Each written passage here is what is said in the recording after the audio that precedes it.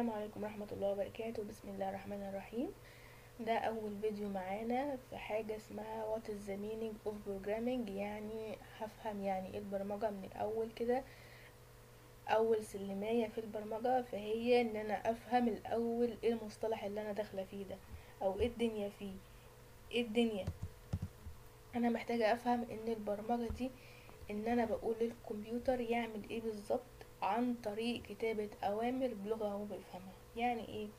اضرب لك مثال، مثلا ان انا عرفت حد اجنبي والاجنبي ده بيتكلم بلغة غير اللي انا بتكلم بيها، فانا محتاجة دلوقتي علشان يعمل لي خدمة انا محتاجة اروح افهم اللغة اللي بيتكلم بيها دي عاملة ازاي علشان يديني الاوامر. فهو ده بالنسبة لي الكمبيوتر.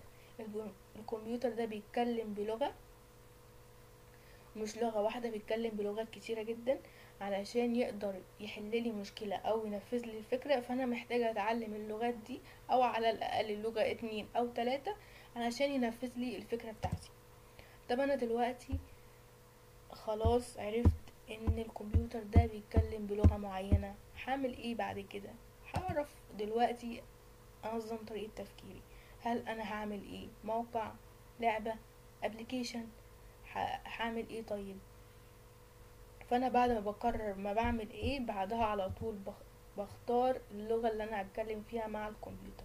هل الكمبيوتر هيتكلم بلغة 1 2 3؟ لا بالعكس، هو بيتكلم بلغات كتيرة قوي زي السي بلس بلس والجافا او حتى الدارت.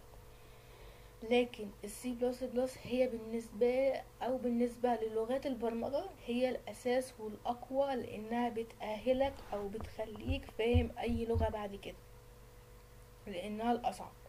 لكن مش الاصعب قوي، في برضو الاصعب، لكن السي بلس بلس بتخليك مهيأ لاي لغة تتعلمها بعد كده. او حتى دارت كمان، لان دارت دي طبعا بتستخدم في الفلاتر عشان نعمل ابلكيشن موبايل، ودي اللي هناخدها في القناة معانا. هنتأسس في لغة دارت.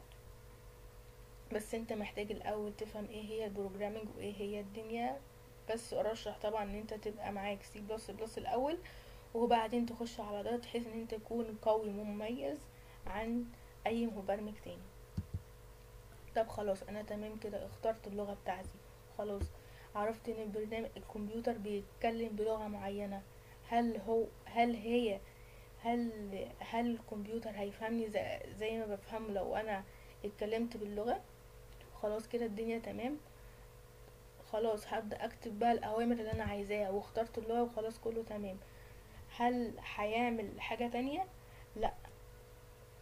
او الموضوع انتهى لحد هنا؟ لا، هجرب البرنامج او الدنيا هتبقى ماشية ازاي. هل هيشتغل زي ما انا متوقعة، او هيعمل بعد ما بخلص كتابة الكود هيشتغل زي ما انا عايز او زي ما انا تمام؟ خلاص لا، ممكن يكون في مشاكل وممكن ما يبقاش فيه. هل لو في مشاكل اخاف او اقلق؟ لا، طبيعي جدا يطلع لك اخطاء، عادي، مفيش اي مشكلة، ما تقلقش. بس كل اللي عليك انك تعالج الاخطاء دي وتتعلم منها. وطبعا مع الممارسة مش هيكون في اي اخطاء خالص، ولا هيظهر لك اي حاجة. بعد ما بحل الاخطاء دي بحاول ان انا اخلي البرنامج بشكل افضل او بشكل سليم، احسن او اسرع، بخليه مميز. دايما خلي ان البرنامج بتاعك احسن واسرع، ودور دايما على طرق للتحسين، وزود المميزات الجديدة. اي ميزة جديدة طالعة لازم تحاول تزودها، او تخلي ميزة مختلفة عن اي ابلكيشن او عن اي موقع او عن اي لعبة.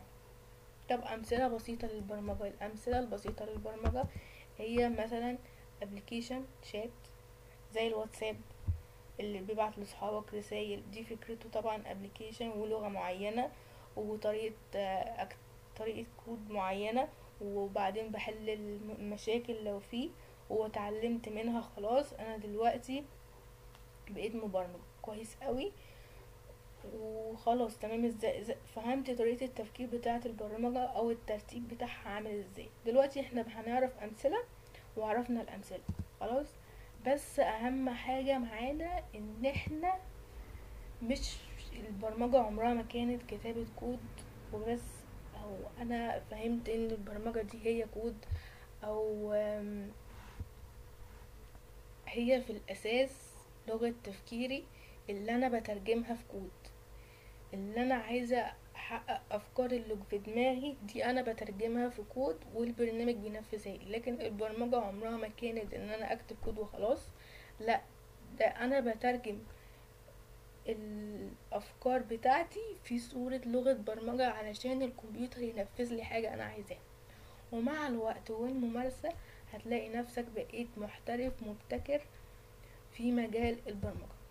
بس هو دي كانت بس يعني تعريف مبسط قوي عن البرمجة وعن البداية بتاعتها علشان نقدر نتهيأ في لغة دارت ان شاء الله. وبعد كده عشان تقدر تعمل ابليكيشن طبعا بيكون بمميزات وهنحسن فيه وحاجات مختلفة. بس هنا هنا ننتهي بقى مع اول فيديو. السلام عليكم ورحمة الله وبركاته.